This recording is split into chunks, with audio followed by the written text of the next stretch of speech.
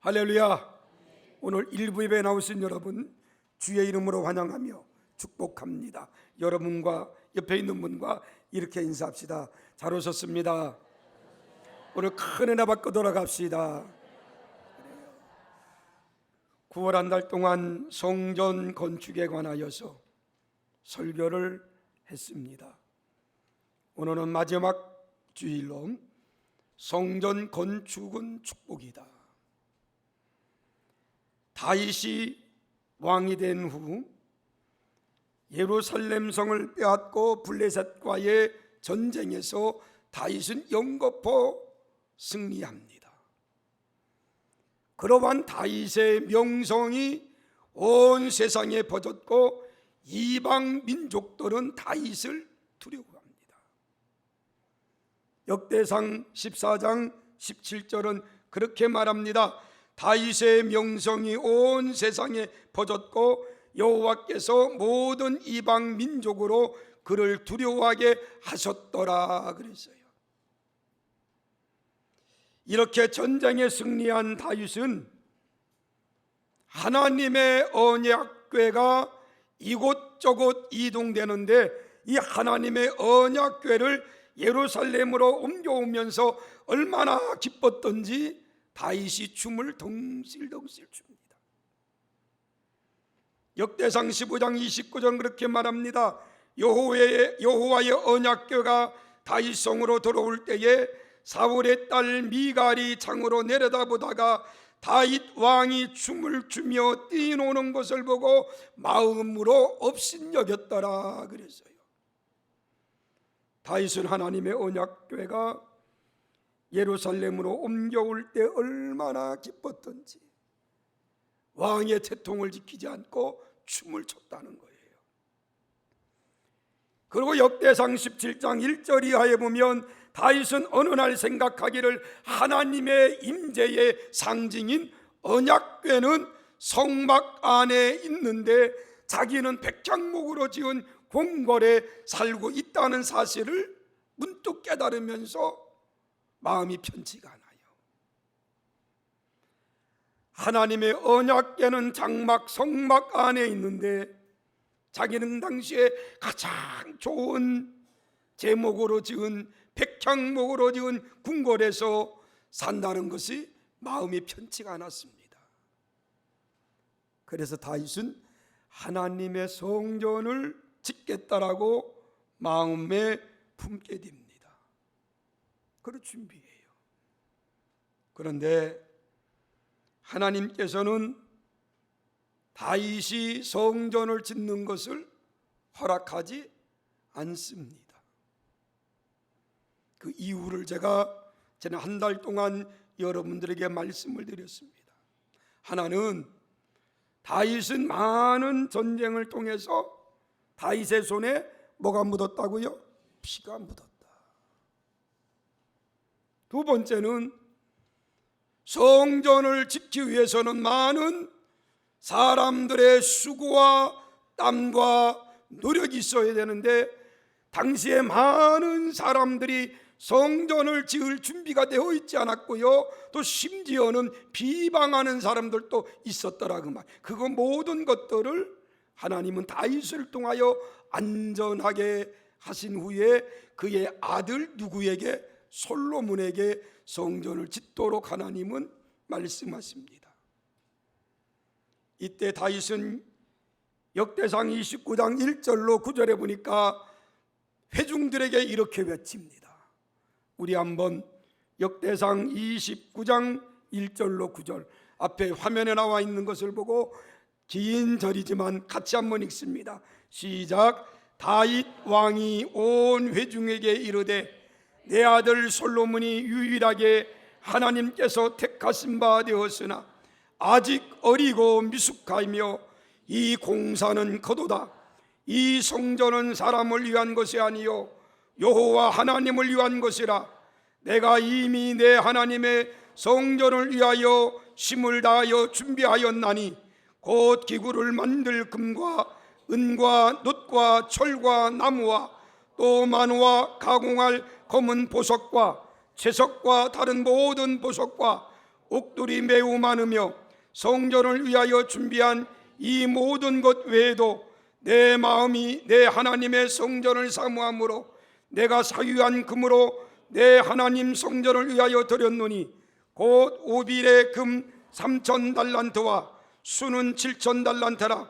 모든 성전 벽에 입히며 금, 은 그릇을 만들며 장인의 손으로 하는 모든 일에 쓰게 하였노라.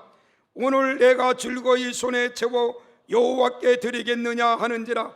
이에 모든 가문이 지도자의 이스라엘의 모든 지도자들과 천부장과 백부장과 왕의 사무관이 다 즐거이 드리되 하나님의 성전 공사를 위하여 금 5,000달란트와 금만 다릭, 은만 달란트와 놋만 8,000달란트와 철 10만 달란트를 드리고 보석을 가진 모든 사람은 게르손 사람 여헤일의 손에 맡겨 여호와의 성전 곳간에 드렸더라.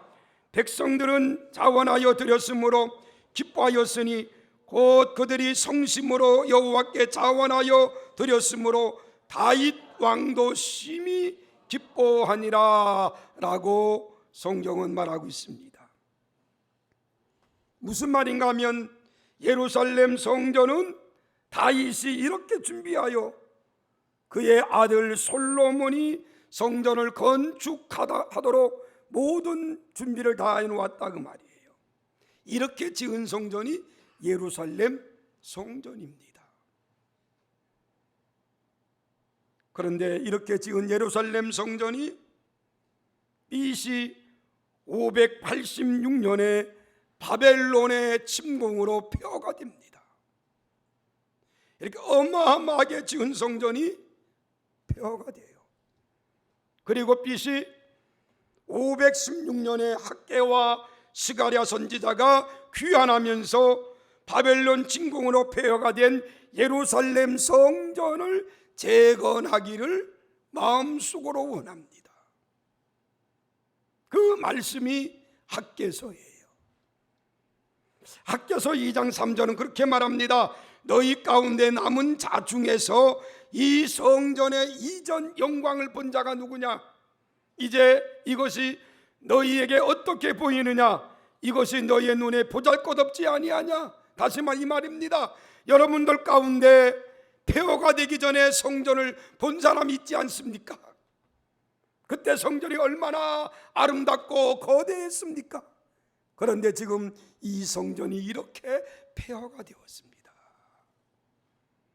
그러면서 성전을 재건할 것을 말합니다. 학개 선지자는 이방인의 발굽에 짓밟혀진 하나님의 성전이 허물어진 것을 볼 때 거룩하신 하나님의 위엄과 영광이 훼손된 것으로 판단하면서 너무나 가슴이 아팠어요. 그래서 무너진 하나님의 성전을 우리가 재건합시다.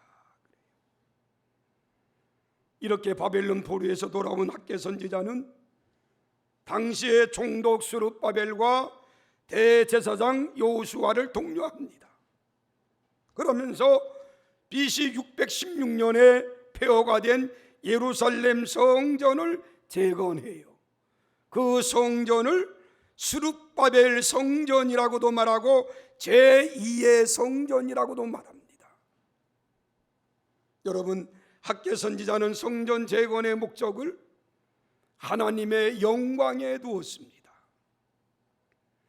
예루살렘 성전은 하나님의 영광의 상징이며 예루살렘 성전은 하나님의 백성들에게 있어서 가장 큰 축복의 산실이 예루살렘 성전이었습니다. 오늘날도 하나님의 성전은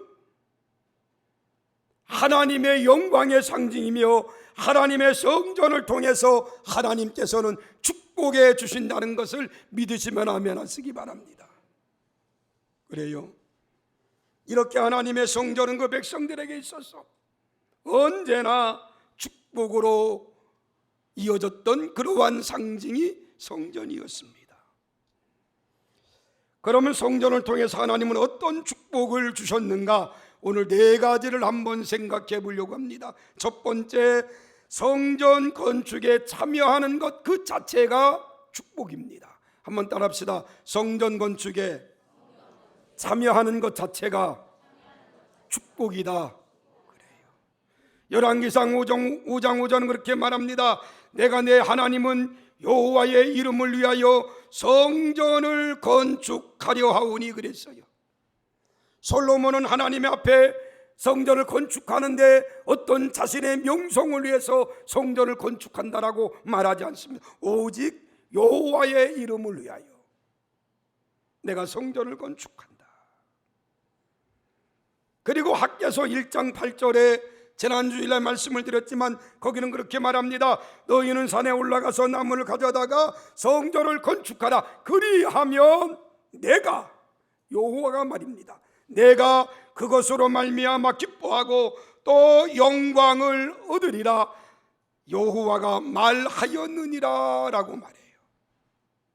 그렇습니다. 성전은 오직 여호와의 이름을 위하여 건축되어야 되고요, 그 성전을 건축하는 그 자체가 하나님께는 축복이다 그 말입니다. 성전은 여호와의 이름을 위한 건물이기 때문에 세상의 어떤 건물과 구분이 됩니다. 이렇게 특별한 건물을 지을 수 있다는 그 자체가 복이라는 거예요. 여호와의 이름을 위한 건물을 건축할 때 하나님께서 기뻐하시고 또 영광 받으실 것을 성경은 약속해 주었습니다. 역대상 28장 7절로 9절에 보면 하나님께서 솔로몬에게 장차 성전을 건축하면 내가 이러한 복을 너희에게 주겠다 그랬어요.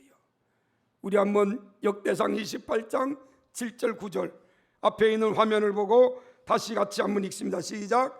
그가 만일 나의 계명과 법도를 심써 준행하기를 오늘과 같이 하면 내가 그의 나라를 영원히 견고하게 하리라 하셨느니라. 이제 너희는 온 이스라엘 곧 여호와의 회중이 보는 데에서와 우리 하나님이 들으시는 데에서 너희 하나님 여호와의 모든 계명을 구하며 지키기로 하라. 그리하면 너희가 이 아름다운 땅을 누리고 너희의 후손에게 끼쳐 영원한 기업이 되게 하리니 내 아들 솔로몬아, 너는 내 아버지 하나님을 알고 온전한 마음과 기쁜 뜻으로 섬길지어다. 여호와께서는 모든 마음을 감찰하사 모든 의도를 아시나니 내가 만일 그를 찾으면 만날 것이요 만일 내가 그를 버리면 그가 나를 영원히 버리시리라. 여기 보면 하나님은 솔로몬에게 성전 건축을 말하면서 세 가지를 약속합니다. 첫 번째는 역대상 28장 7절에 보면 그의 나라를 영원히 견고케 하여 주리라라고 약속해 주었어요. 무슨 말이냐? 성전 건축은 솔로몬이 다스리는 나라를 영원토록 하나님이 든든하게 지켜주시겠다라는 말씀입니다. 그렇습니다. 성전 건축에 참여하는 사람에게 주시는 첫 번째 복은 하나님이 그 삶의 터전을 지켜주신다는 거예요. 언제까지? 영원토록. 그리고 두 번째 어떤 축복을 주십니까? 역대상 28장 8절에 보니까 아름다운 땅을 누리고 너의 후손에게 끼쳐 영원한 기업이 되게 하리라. 하나님의 성전을 건축에 참여하는 두 번째 복은 내 후손들에게 영원한 기업을 축복해 주시겠다라고 약속합니다. 그렇게 복을 받은 민족이 미국 아닙니까? 세 번째 역대상 28장 9절에 보면 내가 저를 찾으면 만날 것이다 그랬어요. 무슨 말입니까? 성전 건축에 참여만 하는 사람에게 주시는 세 번째 복은 내가 언제든지 나를 찾을 때 내가 만나 주시고 응답해 주시겠다는 거예요. 이 세 가지를 한마디로 말하면 성전 건축에 참여만 해도 하나님 뭘 주신다고요? 복을 주시겠다라고 역대상 28장에 솔로몬에게 하나님은 말씀해 주셨습니다. 지금은 돌아가신 한경직 목사님께서 영락교회를 건축할 때입니다. 당시 교인들이 150명 정도 모였다고 합니다. 한경직 목사님이 영락교회를 건축하기 위해서 이렇게 당부를 했다고 합니다. 우리가 건축하려면 하나님께 헌금을 바쳐야 하는데 하나님의 성전을 건축하기 위해서 10일 동안 먹을 양식만 남겨놓고 하나님께 다 바칠 수 있는 그러한 마음의 각오가 되어 있는 사람만 성전 기공 예배 때 나오십시오 그랬대요. 그리고 성전 기공 예배를 드리는데 150명의 교우 가운데 기공 예배를 드린 사람은 53명뿐 나머지는 나오지 않았다고 합니다. 그렇게 해서 세워진 교회가 지금의 영락교회입니다. 성전을 건축하고 30년 후에 한경직 목사님께서 옛날 30년 전에 10일 먹을 양식만 남겨두고 하나님의 성전을 건축하기 위해서 헌금을 바쳤던 사람들을 한번 조사했더랍니다. 그들이 다 굶어 죽었는가? 그렇지 않았다는 거지요. 놀랍게도 한 사람도 빠짐없이 53명 가운데 그 후손들이 한국의 지도자가 되었거나 또는 한국의 300대 재벌 속에 다 들어가는 그러한 축복을 하나님이 주셨다라고 한경직 목사님의 책에서 읽어봤습니다. 그렇습니다. 여러분, 성전 건축에 참여하는 것만이라도 하나님은 복을 주신다는 거예요. 그리고 두 번째 성전 건축은 따라합시다. 성전 건축은 두려움을 사라지게 한다. 두려움을 사라지게. 오늘 읽지 않았지만 5절 학개서 2장 5절 한번 봅시다. 시작. 너희가 요 애굽에서 나올 때에 내가 너희와 언약한 말과 나의 영이 계속하여 너희 가운데 머물러 있나니 너희는 두려워하지 말라. 지금 학개 선지자가 무너진 예루살렘 성전을 우리 재건합시다. 아니, 그 성전은 어마어마한 성전이에요. 그런데 그 어마어마한 성전이 폐허가 됩니다. 그걸 재건하자고 말하는 거예요. 그것도 여러분들 뒷산에 가서 여러분들이 나무를 가져다가 우리가 손소 이 무너진 예루살렘 성전을 재건합시다 그 말이에요. 그 말을 들은 백성들이 두려움이 없겠습니까?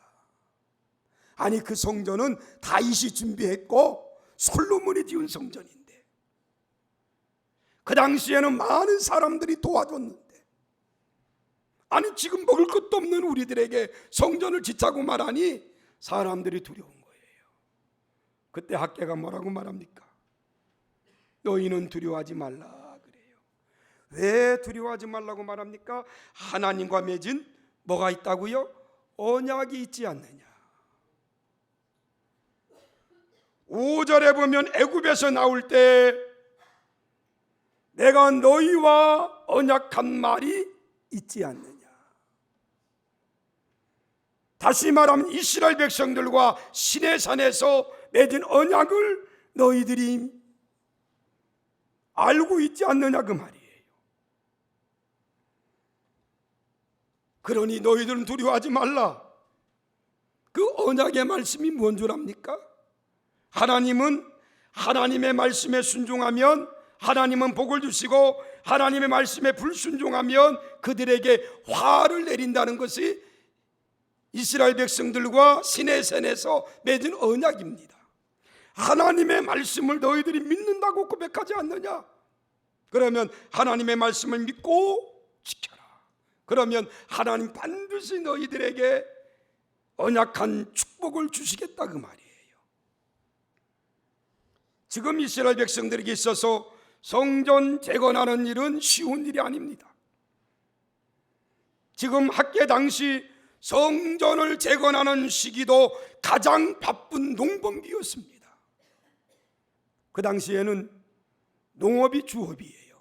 그런 농번기 때 성전 건축하니까 여러분들 우리 산에 가서 나무를 갖다가 직접 성전을 건축합시다. 그럴 때 누가 오케이 그러겠습니까? 지금은 때가 아닙니다 그 말이죠. 인간적으로 생각하면 적합한 때가 아니에요. 그래 두려운 겁니다.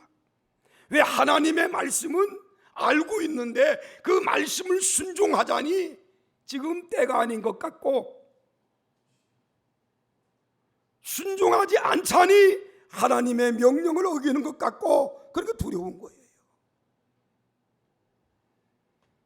그러나 그럼에도 불구하고 이스라엘은 하나님의 말씀에 순종하여 성전을 건축하니까 하나님이 축복해 주십니다. 그게 2장 19절이에요. 학개서 2장 19절 같이 봅시다. 시작. 곡식 종자가 오히려 창고에 있느냐, 포도나무, 무화과나무, 석류나무, 감람나무에 열매가 맺지 못하였느니라. 그러나 오늘부터는 내가 너희에게 뭘 주신다고요? 복을 주신다 그 말이에요.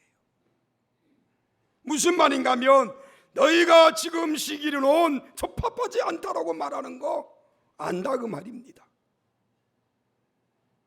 지금 우리가 이 어마어마한 성전을 건축하는 거 어렵다는 거 안다 그 말이에요. 그러나 하나님께서는 하나님과 맺은 언약을 하나님은 저버리는 하나님이 아니시다. 왜요? 하나님과의 언약은 불변하기 때문에 그렇습니다. 여러분 찬송가 370장 4절에 뭐라고 말합니까? 내 주와 맺은 언약은 영불변하시니 그랬어요. 한번 찬송 불러볼까요? 370장 4절입니다.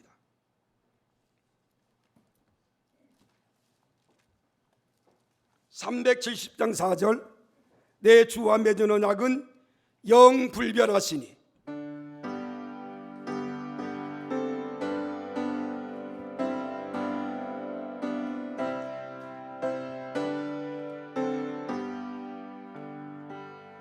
내 주와 맺은 언약은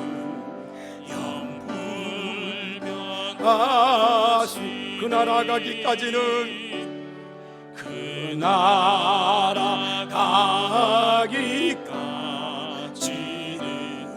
늘 보호하시. 주님을 찬송하면서 주님을 찬송하며 할렐루야 할렐루야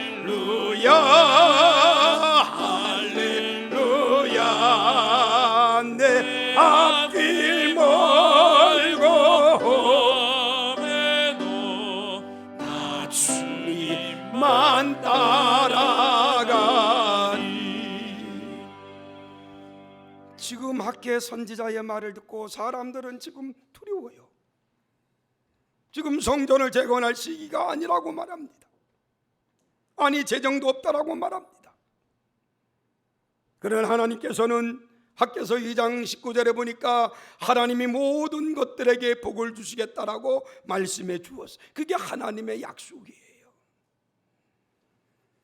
세 번째, 성전을 건축하면 하나님이 존귀케 되는 그러한 복을 주십니다. 하나님께서는 자기 백성이 하나님의 이름을 높여드리고자 성전을 지을 때 존귀케 하는 그러한 복도를 주었습니다. 사무엘상 2장 30절은 그렇게 말합니다. 나를 존중히 여기는 자는 내가 존중히 여기고 나를 멸시하는 자는 내가 경멸하리라라고 말합니다. 하나님을 존중히 여기는 자는 하나님께서 존중히 여겨주신다. 그러나 하나님을 멸시하는 자에게는 하나님께서 경멸하신다 그랬어요. 하나님의 성전을 여러분들 존중히 여기는 하나님의 백성들이 되기를 주의 이름으로 간절히 축원합니다. 그런 자를 하나님께서 존중히 여겨주신다 그랬어요. 마지막 네 번째, 성전 건축은 재물의 축복을 받는 길입니다. 시편 128편 5절은 그렇게 말합니다. 여호와께서 시온에서 내게 복을 주실지어다 그랬어요. 시온은 예루살렘 성전이 있는 곳입니다. 구약의 성전은 신약의 교회입니다. 성경에는 이런 표현이 여러 번 나옵니다. 하나님은 시온에서 복을 주신다 그랬어요. 시편 134편 3절은 그렇게 말합니다. 천지를 지으신 여호와께서 시온에서 너에게 복을 주실지어다 그랬습니다. 시편 20편 2절은 그렇게 말합니다. 성소에서 너를 도와주시고 시온에서 너를 붙들어 주시리라 그랬어요. 시편 84편 4절은 그렇게 말합니다. 주의 집에 사는 자들은 복이 있다 그랬어요. 그렇습니다. 하나님의 성전은 축복의 통로입니다. 하나님의 성전은 축복의 길입니다. 이 하나님의 성전을 존중히 여기고 하나님의 성전의 건축이 우리에게 축복의 길이라는 것을 잊지 마시기 바랍니다. 한 사람을 소개하고 말씀을 마치러 갑니다. 대구에 가면 서연교회라는 교회가 있습니다. 당시 이 교회가 예배당 규모로만 대구에서 가장 큰 교회였습니다. 지금은 대구뿐만 아니라 전국에서도 큰 교회입니다. 이 큰 예배당을 짓게 된 배경 이야기입니다. 이 교회에 정규만이라는 장로님이 계셨습니다. 이분은 한약사였습니다. 한약사이신 정규만 장로님이 죽을 병에 걸려 생명이 위독했습니다. 장로님이 생명이 위독하니까 본인은 물론이고 온 교회가 간절하게 날마다 하나님 앞에 기도를 올렸습니다. 이 정규만 장로님은 하나님께 소원하기를 하나님 제 병만 고쳐주시면 내가 멋진 예배당을 지어서 하나님께 드리겠습니다 라고 기도했다고 그래요. 그런데 하나님께서는 하나님의 은혜로 이 장로님의 병을 고쳐주었어요. 그래서 장로님은 하나님께 소원했던 대로 병에서 고침받고 일어서자마자 하나님의 교회를 지으려고 준비하고 성전 건축을 위해서 많은 사람들을 설득했습니다. 물론 당시 장로님은 큰 부자가 아니었습니다. 그러나 나름대로 전 재산을 다 털어서 성전 건축하기로 마음을 먹었어요. 하나님께서는 우리 장로님에게 복을 주시는데 당시 대구에 이상한 병이 돌기 시작했는데 이 병을 고칠 약이 없더랍니다.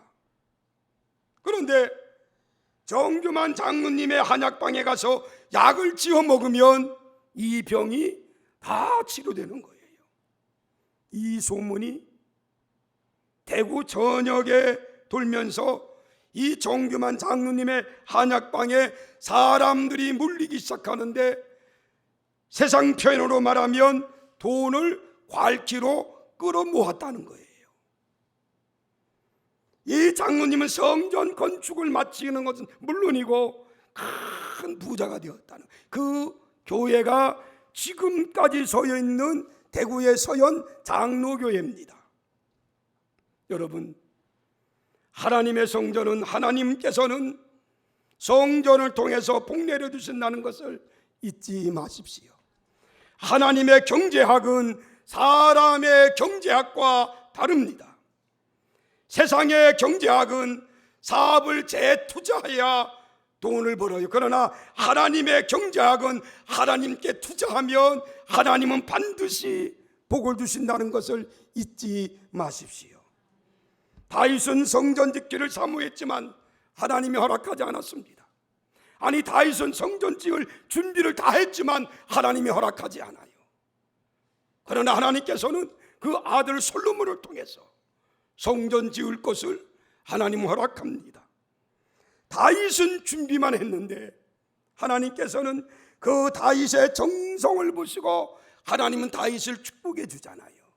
그래서 오늘날까지 우리가 다윗을 부를 때는 성군 다윗 그럽니다. 이스라엘 사람들이 가장 존경하는 인물이 다윗입니다. 그래서 이스라엘 국기에 보면 별 모양이 있는데 그 별 모양이 다윗의 별입니다. 다윗과 같은 지도자를 보내주십시오. 그런 의미로 이스라엘 국기는 다윗의 별을 그려놓은 거예요. 성전 건축하면 자손이 복을 받습니다. 그 대표적인 예가 솔로몬과 유다 가문이에요. 솔로몬과 유다 가문의 복을 받은 결정적인 이유는 다윗입니다. 다윗은 성전 건축하려는 마음만 가졌어요. 그런데도 하나님께서는 그에게 복을 주십니다. 여러분, 하나님께서 언제 성전을 건축하라고 우리에게 허락할지는 모릅니다. 여러분들 세대에 있을지 아니면 다음 세대에 있을지 그건 몰라요. 하나님이 성전 건축하라고 말씀하실 때 우리는 순종함으로 성전을 아름답게 건축하여 하나님께로부터 오는 놀라운 복을 받고 살아가는 하나님의 귀한 성도들이 되기를 주의 이름으로 간절히 축원합니다. 성전 건축 설교를 한 달 동안 하니까 어떤 분이 그래요. 목사님, 성전 건축하라고 설교하면 사람들이 부담 갖습니다 그래요. 여러분, 그런 부담 갖는 마음 가지고 참여하면 하나님이 기뻐하지 않습니다. 하나님이 내게 주신 것, 정말로 하나님의 성전 건축을 위해서 하나님이 저와 여러분들에게 성전 건축을 허락한다면 정말로 감사하는 마음으로 성전을 건축할 때 하나님께서는 큰 복을 저와 여러분들에게 내려주실 줄 믿습니다. 한 사람만 더 간증하려고 합니다. 제가 첫 목회가 충청남도 홍성군 금마면 송암리 113번지 송암성결교회에서 첫 단독 목회를 했습니다. 30년 된 교회입니다. 제가 여러 번 얘기했습니다. 비만 오면 비 새고 새벽 예배 나가면 새벽 예배 나와 기도하는 사람들보다 그 교회 예배당 안에 돌아다니는 쥐새끼가 더 많아요. 그 성전을 건축합시다. 그랬더니 무슨 돈 가지고 건축하냐고 그래요. 어떤 곳은 저보고 전도사님이 서울에 큰 교회 다니면서 건축 공금을 해오십시오 그래요. 우리 교회 건축하는데 왜 서울 사람들 헌금 갚다 합니까? 우리가 합시다. 그리고 성전을 건축하기 시작했습니다. 저는 저녁마다 교회에서 무릎 꿇고 기도합니다. 하나님의 성전이 폐허가 됐는데 이 성전을 지켜주시옵소서, 힘을 주시옵소서. 새벽마다 저녁마다 나와서 기도해야지. 저녁에 막차가 지나갈 때인데 막차가 지나가고 어떤 분이 성전 문을 열고 돌아서 기도해요. 소곤소곤 기도해요. 그런 앞에 나와서 전도사님 그러고 저한테 뭘 하나 줘요. 그게 뭔가 하면 그 당시에 젊은 자매인데 자기 시집 가려고 그동안 모아놓았던 통장하고 도장하고 저한테 주면서 전도사님 이거 성전 재건하는 데 쓰십시오 그래요. 그 자매가 얼마나 지금 잘 됐는지 몰라요.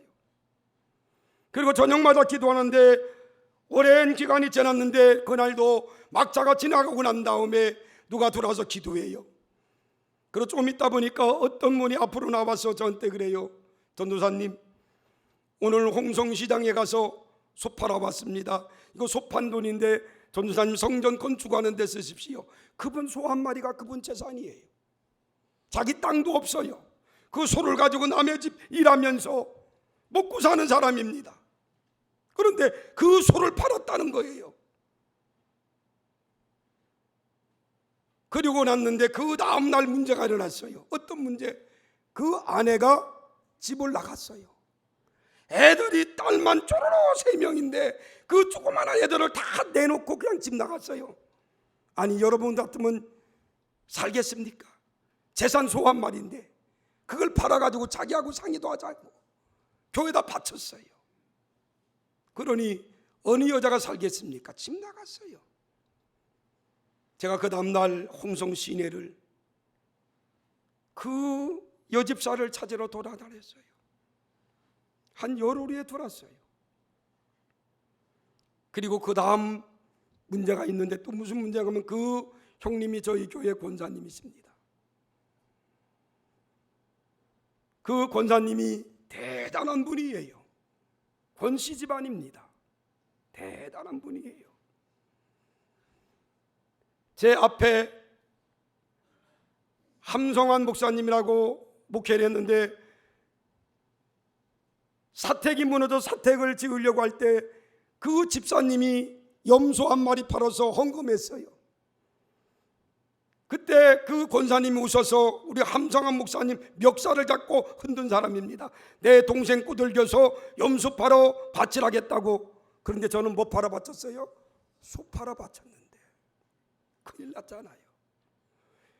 그 전까지는 집 나간 자기 재수씨 찾으러 다니느냐고 그저 바빴는데, 들어오고 나니까 웬걸 오토바이 소리가 나는데 그 권사님이 들어오는 거예요. 저한테 그래요. 들어서 앉아 기도하고 제가 그랬습니다. 먼저, 권사님, 우리 돌아가셨지만 권우봉 집사가 소 팔아 바쳤는데 제가 성전 건축 다 한 다음에 송아지 한 마리 사서 우리 권우봉 집사 제가 주겠습니다. 그랬더니 그 권사님이 저를 쳐다보며 그래요. 전도사님, 그 돈이 전도사님 돈입니까? 하나님 돈이지. 그러면서 하나님께 바쳤으면 하나님 거지, 전도사님 돈입니까? 그러면 자기 호주머니에서 뭘 꾸역꾸역 꺼내내는데, 보니까 신문지에다가 싼 뭘 꺼내내는데 그걸 저한테 주면서 그렇게 말해요. 전도사님, 이거 이번에 누에고치 판매한 거 보상받은 거 그대로 가져왔습니다. 이것도 성전 건축하는데 쓰십시오. 그래요. 그래서 아름답게 성전을 건축한 게 송암성결교회입니다. 그때 많은 사람들이 와서 보고 어찌 그리 아름다운 거 그래요. 그런데 감사한 것은요, 그 소 팔아 바쳤던 집사가 자기 땅이 없으니까 남의 땅이라고 홍성에는 봄에는 수박 심어서 수박 팔고, 가을에는 배추 심어서 배추를 파는데 거기는 그냥 한두 포기 파는 게 아니고요, 밭대기로 팝니다. 밭대기로 파는데 수박철이 됐는데 수박을 사러 오는 사람들이 없는 거예요. 사러 와서도 이게 서로 대화가 안 되니까 팔지를 못하는 거예요. 그런데 권오봉 집사가 가서 중개 역할만 하면 다 팔리는 겁니다. 그리고 그분이 가서 안 팔리는 밭에 가서 수박 경매하면 다 팔려요. 가을에 배추 그렇게 해서 다 팔아요. 그 해에 소 한 마리 샀어요. 아멘도 안 해요. 그 해에 목사님 돈 내라고 하나 보다. 그래서 아멘도 안 해요. 그 해에 소 한 마리 샀어요. 그리고 딸만 쪼로록 3명 낳는데, 그러고 제가 성전을 건축하고 우리 고천교회 부목사로 왔잖아요.